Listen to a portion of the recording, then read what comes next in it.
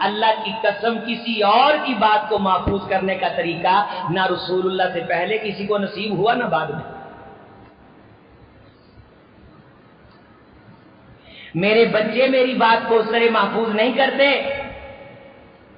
آپ یہ جمعہ سن کے اس طرح یاد نہیں رکھ سکتے جس طرح میرے محمد کے صحابہ نے رسول اللہ صلی اللہ علیہ وسلم کو دیکھا سنا من و ان پورا پریکٹیکل کر کے دین کو اسی طرح مکمل محفوظ کیا. شک سے باہر آ. اس دور کو ریسرچ کا دور کہتا ہے. بھونڈے الزامات نہ لگا. وہابی گستاخ ہوتے ہیں.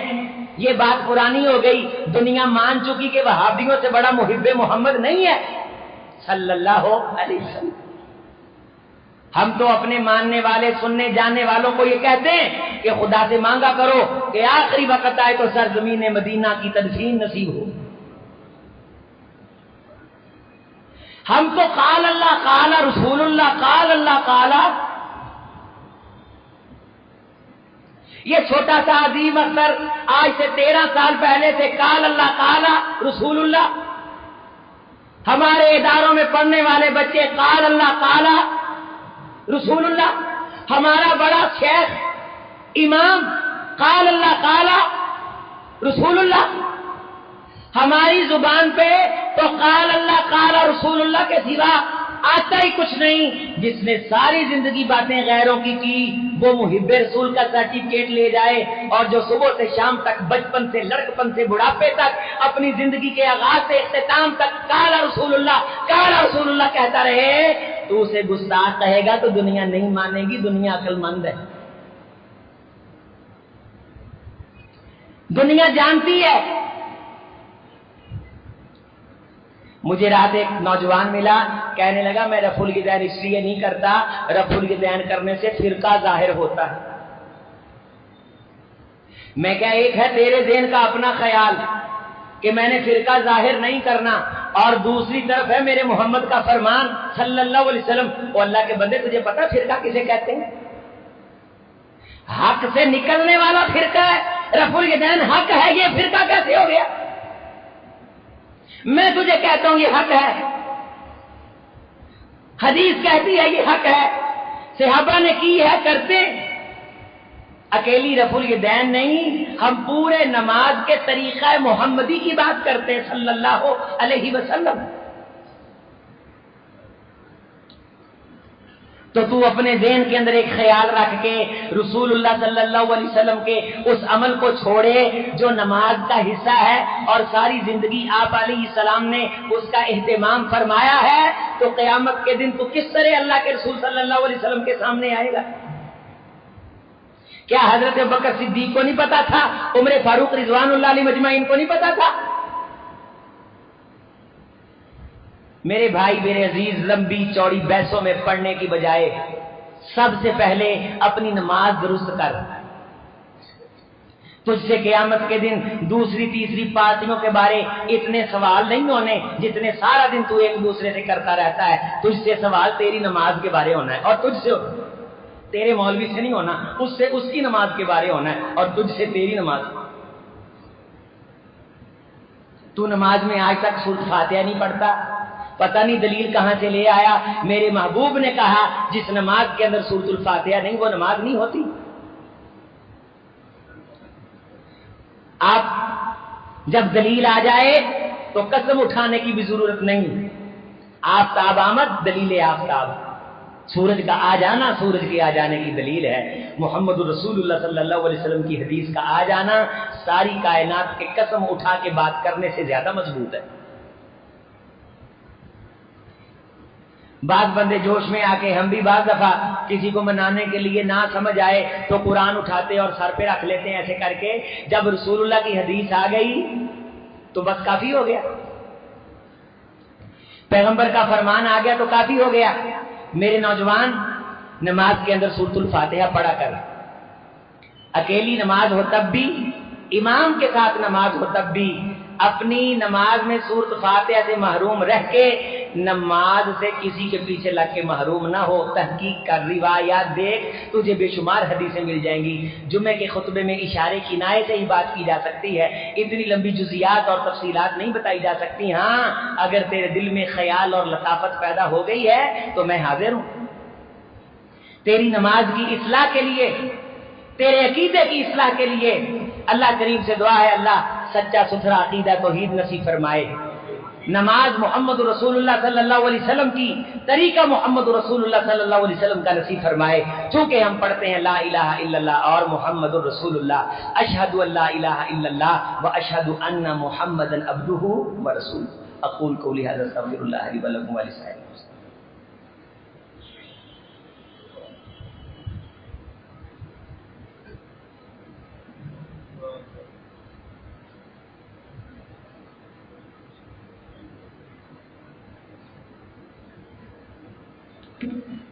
بسم اللہ والصلاة والسلام علی رسول اللہ وعلی آلہ واصحابہ واتباعہ ومن والاه۔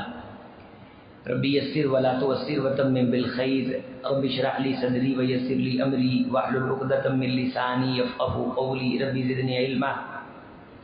عزیز بھائیو، دنیا آخرت کی زندگی کا مقدمہ ہے، یہ فانی ہے اور ختم ہو جانے والی ہے۔ یہ دنیا اللہ نے بنائی اور ہمیں اللہ نے تخلیق کیا، اور اللہ کا ہمیں پیدا کرنا بھی حق ہے اور موت دے کے اپنے سامنے کھڑا کرنا بھی حق ہے، اور اس زندگی کے بارے سوال پوچھے جانے یہ بھی حق ہیں کہ کیا لے کے آئے ہو، کیا کر کے آئے ہو۔ علمت نفس ما قدمت واخرت، ہر جان یہ جانے گی وہ کیا کرتی رہی اور کیا بھیجتی رہی۔ کل نفس ما اسلفت وردوا الی اللہ ہنالک تبلو، ہر جان وہاں یہ دیکھ آزما پرکھ لے گی کہ اس نے آج کے دن کے لیے کیا بھیجا ہے، کیا کیا ہے۔ رسول رحمت علیہ السلام نے فرمایا، اللہ یہ فرماتے ہیں میرا دنیا میں ولی وہ ہے، میرا دوست وہ ہے جو سب سے پہلے فرضوں کی پابندی کرتا ہے۔ فرضوں میں زکوٰۃ پہ میں نے بات کی، اس جمعہ میں نماز کے بارے، اللہ کی ذات کے حق کے بارے بات کی، اور حج کا طریقہ حج کے ایام میں ہم بتلاتے ہیں۔ رمضان کا مہینہ ویسے ہی گزر رہا ہے اور کلمہ الحمدللہ ہم سبھی پڑھتے ہیں، تو اسلام کے تمام ارکان کے بارے مختصر میں نے احباب کی رہنمائی کی ہے۔ اللہ حق سچ کہنے، سننے، قبول کرنے، ماننے کی توفیق نصیب فرمائے۔ میرے عزیز، میرے بھائی، جہاں ہمارے اوپر یہ جسمانی عبادتیں فرض ہیں، وہاں زکوٰۃ کی شکل میں اللہ تعالیٰ نے مالی عبادت بھی ہم پہ فرض کی ہے، اور اس میں جو زکوٰۃ ہے دو قسموں کی ہے، ایک عام زکوٰۃ جو مال پہ ہے، اور دوسرا صدقۃ الفطر ہے جو رمضان میں ہم دیتے ہیں۔ رمضان کو سمجھے کہ 24 کیرٹ کا سونا ہے، ہماری غلطی کوتاہی سے، بد زبانی سے، ہماری سستی سے